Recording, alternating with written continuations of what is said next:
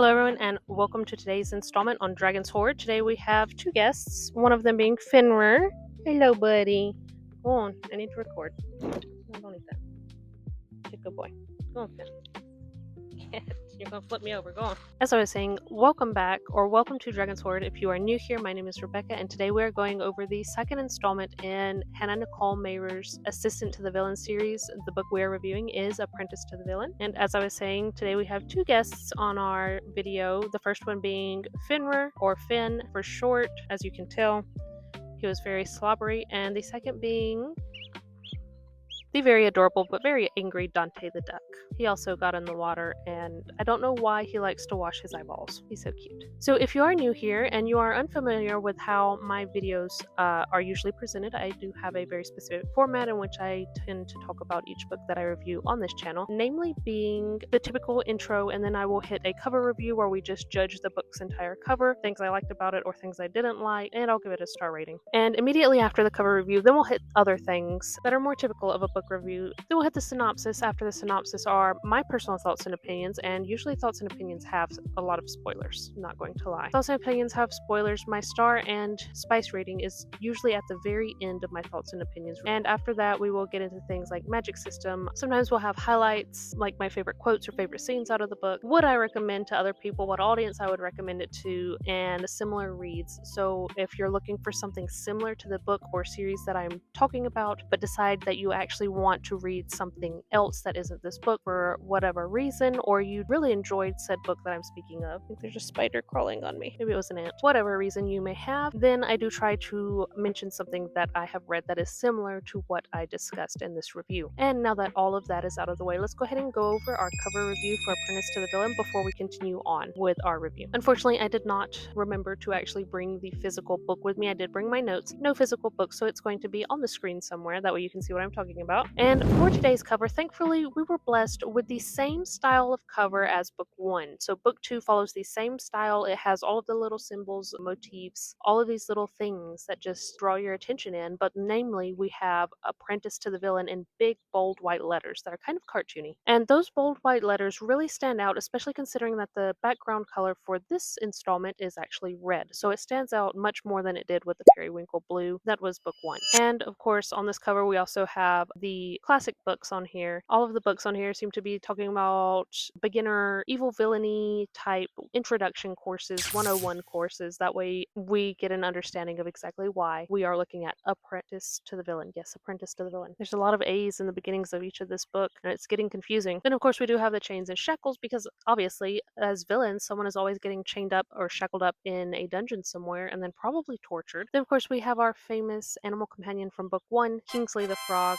with his splendid little boards that he holds up with just one word on them. I also see some long hair on this cover, so that makes me think maybe we're getting some classic fairy tales thrown in here. Maybe Rapunzel's going to be in this story. Then of course there's a glass slipper, so maybe we'll see Cinderella, because I do feel like this series does have a little bit of a tendency towards some of the classic fairy tales. And of course we do have some kind of magical potion, and last but not least, a mounted unicorn head with a glowing horn. And just because of the variety of the different little symbols and motifs that we see on this cover, I believe we're going to have probably a good deal of development through this story, and that is going to be focused not only on characters but also the plot of the story. Overall, I gave this cover a 5 out of 5 stars. I really liked it. I thought the red did a really good job at emphasizing the idea of the villain more so than the periwinkle did last book. So I really like this more than book one's cover. Book one's cover was also very well done. I just have a preference for red anyway. Red is my favorite color. And of course, as I mentioned last review, the title is larger than the author's name, which are big bonus points for me because I hate it when an author's name is larger than the title of the book. I don't know why. Pet peeve of mine. Maybe someday I'll figure it out. But overall, solid cover design choices were made here. Now that we've gotten through our cover review, let us go ahead and take a look at our synopsis for book two. And I will go ahead and just let you know, if you have not read book one and you are watching this video, then you should either pause or skip now. Go read book one, because we are starting off strong with a major spoiler if you have not finished book one. You've been warned. So book two. Book two brings us back into this magical world, anxious, kicking and screaming because our MMC has been captured by none other than King Benedict himself. And our FMC, Evie Sage, none other other than the prior assistant to the villain, now apprentice to the villain. She is doing everything she can to bring everyone together that was under the villain's employ to rescue him. But in case you forgot, Evie herself is like a cannonball or just a train wreck of a person in general. She's very chaotic, very energetic. So while she's making these plans, they are like, wow. She is chaotic, her plans are chaotic, but she's making them, she's getting everything together, she's getting people to work together, she's just bringing the entire office together to be able to save the MMC. The villain, also known as Tristan or Trist, and surprisingly, her plan actually works. Like, if you read her plan and you go over it, you'll understand why. I'm like, surprisingly, it worked and no one important died. But when this happens, we also discover that someone is planning to steal all of the land's magic for themselves, and it's someone who is usually seen as a good and moral character, which typically you would consider it the king and not the villain. But because everything that's happening, the way the king is acting, the way Tristan is acting, and the way Evie is acting, now it seems almost as if the roles are reversed, because what's happening now is Tristan and Evie and the villain's entire office, his 103 employees, if he hasn't hired more, I'm not sure at this point, they're all getting together and working against King Benedict, who's supposed to be the good guy, but he seems greedy, and he seems really to be a really slimy character in my opinion. And what they are all trying to do together is save the magic. They are trying to save the land and save the magic before everything goes to poop. Tensions, of course, are very high, and we do see the results of these tensions play out. But even though the tensions are super high, we do see that our characters band together and they decide to leave the comfort of their home, Massacre Manor,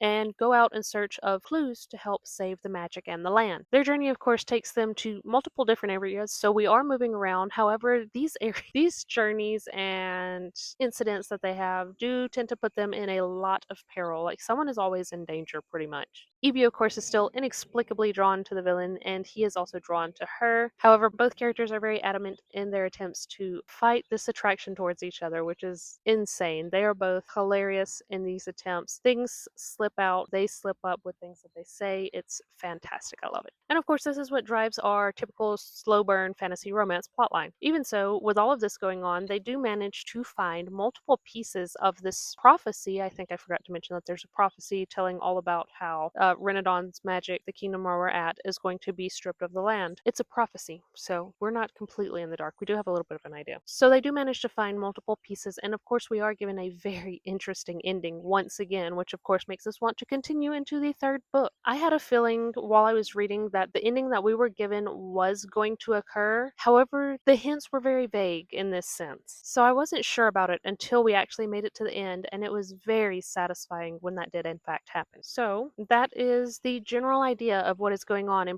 Apprentice to the Villain. They are trying to save Renadon's magic from being taken by a greedy individual and stripped from the land and people and magical creatures. It's just, they're trying to save the magic of the land, okay? I can't say more as far as a synopsis goes, because I do have some very juicy little tidbits coming up ahead after my thoughts and opinions with some highlights that I think you might enjoy. Alright, so now in my thoughts and opinions, for starters, when we got to the castle, the entrance we got in this book, yes, it was very sad and heartbreaking, and of course worrisome, because it didn't seem like the villain was going to escape. It seemed like Evie's plan was going to fail and the king was going to unalive him. But I did know that when we got the mention of the green eyes, that was suspicious to me, and I was like, this is going to be important, but I don't know why. Why are green eyes so important right now? And it did end up being important, because it ended up being another character which we were previously convinced that this character has been dead for many years. Typical fantasy.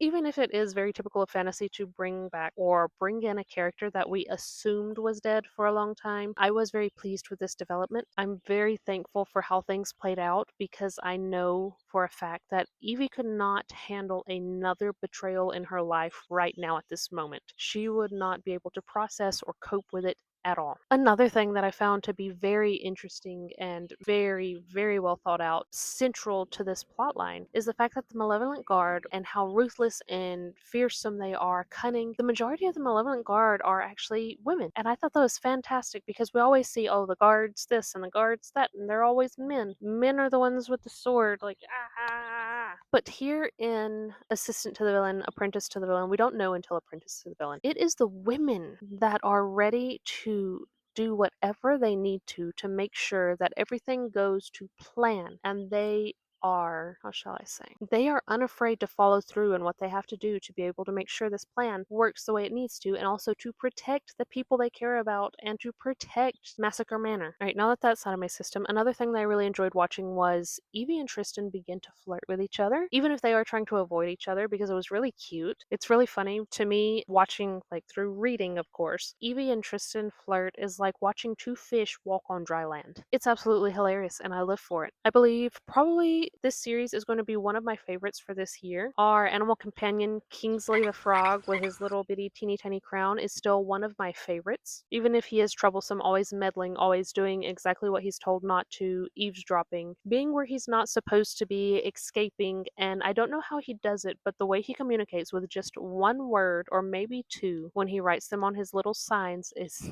I don't know what witchcraft it is that keeps it rolling, but it is hilarious. And Kingsley himself is just so sassy. Like, dang, how can you be sassy with one word? And then, of course, we have Claire, Tristan's sister, and Tatiana the Healer under his employ. They are occasionally on speaking terms and then sometimes not, but they are usually always sassy with Tristan. And that makes sense. They were childhood friends. How are they not going to be sassy with Tristan when they were all like brats together when they were children? Then, of course, we do have Blade, and in this book, we do finally see where he is actually infatuated with Rebecca from HR. And in all honesty, it is so cute because they are such opposites. Blade is so unserious, and I wouldn't say happy-go-lucky, but he's not serious. He is loud. He tracks mud everywhere. Wears the brightest colors he can possibly find. He's just a whole aesthetic in himself. And then, of course, there is Rebecca from HR, the HR manager. She is more prim and composed. She's more quiet in a sense. She is just a picture of etiquette and rules and personal bearing, whereas Blade is more free and spirited in a sense. I honestly can't wait to see how Rebecca and Blade develop their relationship throughout the remaining books in this series. I still hate King Benedict and Evie's father. And the more we see of King Benedict, the more we see that he actually fits the role of villain than the villain himself actually does. It seems like the villain does more good for the people than the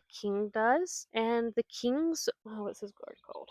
The king's valiant guard is odious. They are despicable. They are awful the way they treat people. In a sense, the Valiant Guard is actually more cruel than the Malevolent Guard under the villain's employ, which should tell you everything you need to know about King Benedict and his croonies. Another thing too I would like to touch on, so I forgot to mention in book 2, Apprentice to the Villain, Evie and her younger sister Lisa are now living within Massacre Manor with Tristan, Claire, Blade, Rebecca, and Tatiana. So they have moved into the manor, so this has become their home now, and Lisa is a menace. She is wreaking havoc, like child havoc, on everyone and everything in her path. Even if she does mean well, she is a child, so she doesn't understand certain boundaries and is just like pushing things beyond the normal limit that you would see with older characters. So she does end up locking Tatiana and Claire in a closet together. She tries to get Blade and Rebecca together. It's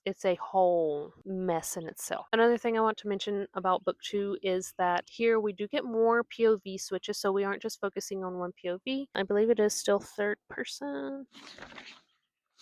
So yes, we are in third person here in book 2. We do follow multiple POVs. However, even if we are following multiple POVs, we do still follow the same storyline. So it's not so much that we have all of this additional information that somebody knows but the other person doesn't know, like Throne of Glass would, because that's what Throne of Glass does. You get certain information from different people, but the other person doesn't know. So it's not like that. It's pretty much everybody has the same information. And of course, this book also has the witty dialogue, just like book 1 did. It's filled with innuendos, sometimes euphemisms, things like that. So it is a little inappropriate, but it's really funny. You just have to read it to understand. Or have a weird sense of humor. Like my humor just absolutely adored this book. It adored book 1 and it adored my similar read, The Irresistible Urge to Fall for Your Enemy. I have not made it to book 2 yet, but I will get there and I'm on a tangent. So let's get back to Apprentice to the Villain. Now, comparing book 1 and book 2, in book 1, it does seem like they still have everything very much under control, even if there is an inner chaos going on because of the shipments being messed with and then a traitor infiltrating massacre manner. However, book 2 is just pure unbridled chaos. It is so chaotic. It's just like Evie took the reins and she's just like, you know what? I don't know what I'm doing, but let's do it. And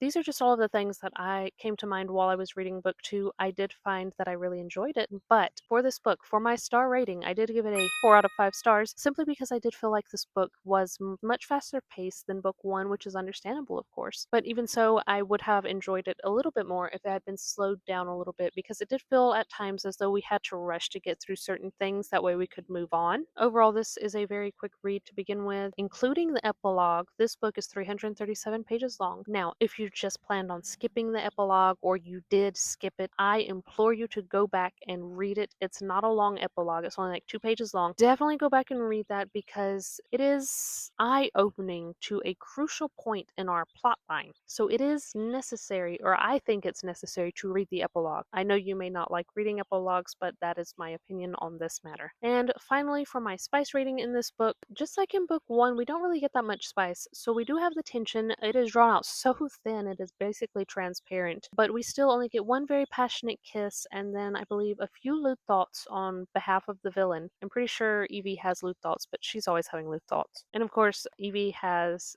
made a couple of pervy sketches of herself and the villain. Read it, it's hilarious. And then Blade is making doe eyes at Becky or Rebecca from HR. And they're just all adorable and hilarious. So overall, I just gave this a 1 out of 5 chilies. Chilies, not stars. 1 out of 5 chilies for the spice rating, because in reality, it is not spicy. It's just not. So at least we have a chili now instead of half a chili. And that is all I have for my thoughts and opinions on this book. But just like with book 1, we do have plenty of highlights to go over, and these are a little bit more amped up than book 1's highlights were. We are going to start off with the dedication at the very, very beginning of this book. And I'm just going to read that to you. I have it right here. I, of course, wrote it down in my notebook. So it says, "To my brothers, Avery, Jake, and Ben, for every time you made my heart lighter, even at its heaviest, and for every time you told me I smell. I know that was code for I love you." And I just believe that that was really sweet and thoughtful on behalf of the author, because we can just see that her siblings were such a big part of her inspiration and life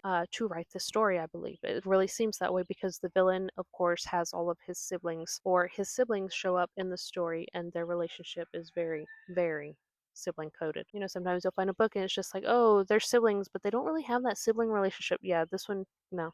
It's a sibling relationship, you can tell. Now here we're going to go on, and it's at the beginning while the villain is still captured by King Benedict. He's in shackles. He's on a stage because the king plans to unmask the villain so that everyone knows what he actually looks like. And someone's yelling at him. So it says, "You swine," a member of the gentry yelled, lobbing what appeared to be a cream puff at his feet. He frowned at it. What a horrible waste of pastry. I'd rather they throw rocks. That, of course, was the villain and what he was thinking. And I can totally agree. I would rather you throw rocks at me than cream puffs, because why would you waste a cream puff? Those are so expensive. And then here we see things from Evie's perspective, and she's just thinking about the tension that's going on between her and the villain. And it's her inner monologue, her thoughts. Whether their attraction was mutual or not, the boss was clearly too weighed down by professionalism to act on any lurid thoughts, and she'd just have to live with that. The way one lived with a fork through a lung. Yes, Evie, because one always lives with a fork through their lung. Okay, and now this is a longer passage. It is one of the most hilarious scenes because, as I mentioned previously, Evie and her younger sister Lisa are both living in Massacre Manor now. Evie has been trying to keep her sister kind of confined to their rooms, but it seems Lisa, of course, being the mischievous child that she is, has managed to escape. So we start off with Evie reprimanding Lisa. "Lisa," Evie hissed, "what on earth are you doing here?" Her little sister, who Evie had ensured was confined to their large rooms in the manor's west wing for the past 7 days, sat in the boss's large black chair, twisting the end of her braid around her finger. She blinked innocently at Evie, but her brown eyes hinted at mischief. "I'm working. From what I've seen, you all don't do very much of it." Lisa tried to push the chair out to stand, but it didn't budge. "What are you doing?" Evie gave a panicked side glance to the villain, who was staring at his desk and the person in his chair with a resigned acceptance. "I've been replaced." Kingsley, well timed as always, hopped up onto the desk, holding up 2 different signs: "More" and "Competent." I should have let the king turn you into soup. The villain rolled his eyes at the animal. So this is just a little bit of Kingsley's sass with his one-worded signs, Lisa being mischievous, Evie having almost a panic attack, and the villain just, I don't know, getting slightly depressed because he feels like he's been replaced by a child. This all occurs after the villain has been from the king's clutches, so he's just returning back to the office now. That's why he's like, I've been replaced. And he's just in existential dread. He's having an existential crisis, but he'll be fine. Then we have another scene after this, not too long after. And it's the villain and Evie having an interaction. And we start off with the villain speaking to Evie. And he says, "What exactly were you up to while I was gone, Sage? Anything interesting occur?" "I knit some mittens," Sage said pleasantly. "Delightful. Anything else?" he pressed. She was deliberately keeping things from him, he realized. The thought made him panic. What occurred after they took me? What happened to Warson? I cut off his head," she said bluntly, clapping a hand over her mouth like she couldn't believe she said it. "I'm sorry if I overstepped by, you know, having it, hung up with the other heads. I was trying to prove myself capable. I didn't think you'd mind." "Mind? I want to take the head down just so I can kick it and then pass it along to the rest of my employees so they can kick it too." So that's what's going on inside of the villain's head. He wants to take Warson's head off of the rafters so they can kick it around like a football because he's so angry. And then we just have a thought that comes through the villain's mind at one point because something ironic happens and it just says, "Irony was funny sometimes, and other times it was like someone had slapped you with an umbrella." What? Where do you even get the idea of being slapped with an umbrella from? I would like to know that because I've never considered slapping someone with an umbrella. I've considered beating them with an umbrella, but not slapping them with it. And now we do have an interaction between Lisa and her older brother, Gideon, who just so happens to not be dead. Okay? Lisa regarded him carefully. "Evie said you lost your memory, and that's why you didn't come home." Gideon nodded, noticing the dragon trainer hovering behind them, along with the healer, Tatiana, and another woman he didn't recognize in very large glasses. All that was missing was... never mind. The villain wandered out of his office and leaned against the doorway, folding his arms and gazing at her in intense scrutiny. His sisters had a horde of protectors, and they all goddamn terrified him. "Good for you, Gideon. I'm glad. You deserve it. You were gone for literally ever. Evie had to do everything by herself, and I know he lost his memory at one point, but when he got his memory back, he didn't bother to go back home. He just stayed where he was at, and that really angers me." Further along, we do see another interaction. I believe we're in either Becky's POV or Blade's POV, I'm not certain, but Blade is speaking, and he says, "Speak to her like that again, and I'll throw you to my dragon and let him pick his teeth with your bones," to an intern that was rude to Becky. So I guess there's perks to being a dragon trainer, you know? You can just feed people you don't like to your dragon or whatever mythical creature you're working with. Then we do have a scene where Evie is trying to confess her feelings to the villain, and the villain doesn't seem very receptive to it. So she's having a little bit of a internal crisis at this time. The villain, he's very much aware because he wants to accept what she's trying to offer, but at the same time he's like, I can't, because they're having an adult conversation, of course. So she tells him, "Do you mean, am I embarrassed of unrequited feelings? No, I am not. And since all I am to be is your apprentice, then I demand that my learning begins now." And then this is something that our poor, emotionally stunted, ignorant villain realizes for himself. He was dumbstruck in love with her. Congratulations, Tristan. At least you finally freaking admitted it. It took you long enough. And then we have another little interaction between Evie and the villain further along, and it's where he wants to put someone on the torture rack. I don't recall who exactly it was he wanted to torture that way or why, but Evie's asking, what is a torture rack? So she asks, "What's a torture rack?" "It's a device that stretches your limbs apart until they snap off." She gagged. "What? That is so gross." She slapped his arm. "You always assume that the only way to get information out of someone is pain, but I'd be far more willing to spill all my secrets if I felt pleasure." God, Evie. Of course, Tristan nearly has a stroke right then and there. Then, of course, we do see something, another interaction between Evie and her brother Gideon, and Gideon is like, "Hey, I've had this for a while." He's got a little flask potion, whatever, in his hand, and he's like, "I've had this for a while, and I've been meaning to give it to you, but I didn't want to freak you out or anything like that." And this is what Evie says in response to that. "This makes no sense. If you didn't give me the antidote, how did I awaken? There's only one cure." Gideon smiled, like this wasn't going to alter the very fabric of her world. "There are two." So if you've read the book, then you know what they're talking about in this instance is the fact that at the beginning, Evie pretended to be dead because they acquired a death fruit. And what happens with this death fruit is you consume it, but you have to be given an antidote at a very specific point in time to awaken, because otherwise you basically are dead. No heartbeat, no breathing, nothing like that. Nothing noticeable anyway, especially not from medieval times. And there is a legend that other than the actual formulated antidote, the other cure is supposedly true love. I don't recall if it was a kiss or something like that, but it's true love. And Gideon, when he was supposed to give Evie the antidote because of everything chaotic that was going on when they were trying to unmask the villain, he couldn't get to Evie. And the villain was having an absolute breakdown, and he was telling her to wake up. So, and she did. And then finally, before our story ends, we do have an interaction between the captain of the Malevolent Guard and Gideon, Evie's brother. And I think he's trying to give her like his scraps of trash paper from something that they were working on or whatever it was. And she gets angry at him and she tells him, "I hope the dragon eats you," she sneered. "Clean up your own scraps of paper, Sir Knight," because Gideon was a knight for the king. And very lastly, the most important thing, which is part of the prophecy that we are following to figure out how to save the land's magic, is Renadon's story. And that is, the person who saves the magical lands will take fate's youngling well in hand. When fate and starlight magic fall together, the land will belong to you forever. But beware the unmasked villain and their malevolent dart, for nothing is more dangerous than a blackened good heart. There is more to this prophecy, but that's all we've got. And the best thing about this is that Gideon's figured out that it wasn't only the villain himself that was unmasked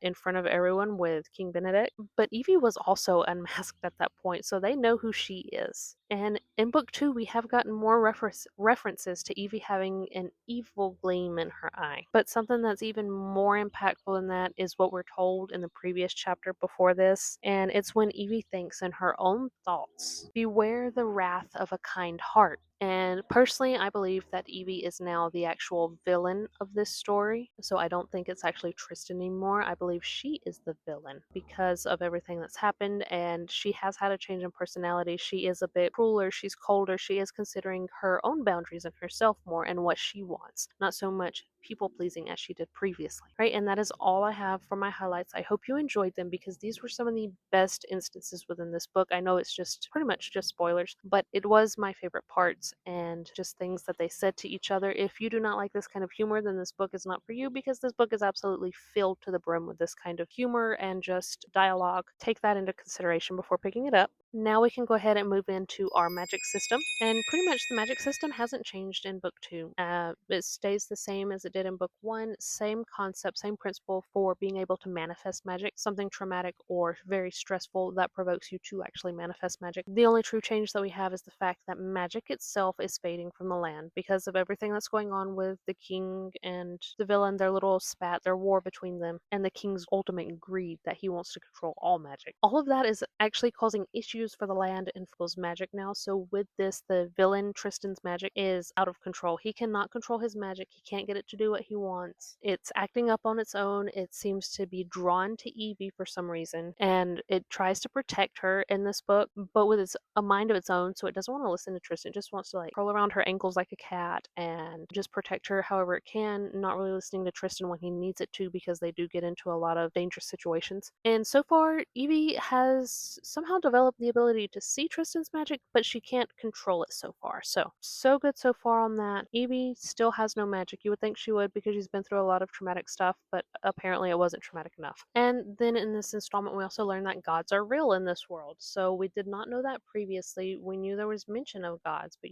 typically it's a legend or a myth. But in this world, we do have gods, and Tristan and Evie actually meet one. So that was pretty cool. Otherwise, nothing else has changed from the magic system. Would I recommend this book to others? I would definitely recommend this book to others. It was a fantastic time. Absolutely loved it. The series itself is so funny. There are, of course, talks of gore and torture and murder, blood, the typical villainous acts. But overall, it is a quite good time. It's very humorous. It absolutely gets emotional at times. I cried in both book 1 and book 2. Both books were for entirely polar opposite reasons, so take that information as you will, but I do recommend that you read it if you're interested. To me, it is loads of fun. This is a very fun series. Will I be reading the next book?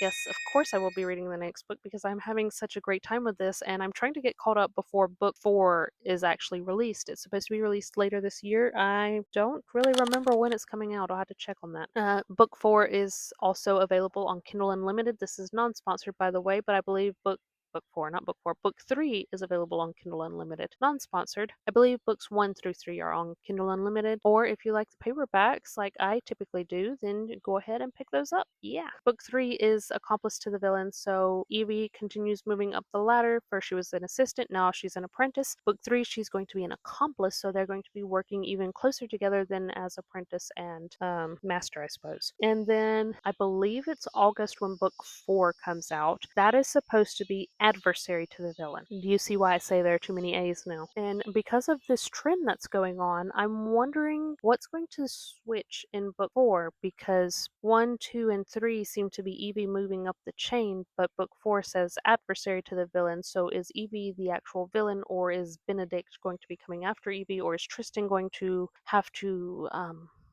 I don't know, fight against Evie? I don't know. I really want to know though, because that's tickling my brain constantly right now. And then of course we have similar reads. So as I mentioned previously in our review of book 1, the only thing I could think of that would be remotely similar to Assistant and Apprentice to the Villain is The Irresistible Urge to Fall for Your Enemy by Bridget Knightley. I know I've mentioned this book a million times, but I absolutely adored this. I read this earlier this year and it was just so much fun. It has a lot of the same kind of humor. It is written more in British English. Anyways, The Irresistible Urge to Fall for Your Enemy is a forced proximity enemies to lovers. Say that 3 times fast. Slow burn, Dramini-based romantasy. I know I say Dramini, but the world and the characters themselves have been reworked so well that if you didn't know it was Dramini based, then you would have no idea just picking this book up and reading it.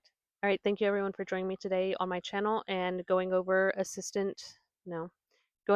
Accomplice to the Villain with me. This has been a ridiculously funny, cozy, slow burn journey, and I've just enjoyed every moment of it. And if you've enjoyed this review and would like to be brought back in the future to go over Accomplice to the Villain, then please hit that like and subscribe button down below. That way you'll be brought back and we can go over more books in the future. Bye!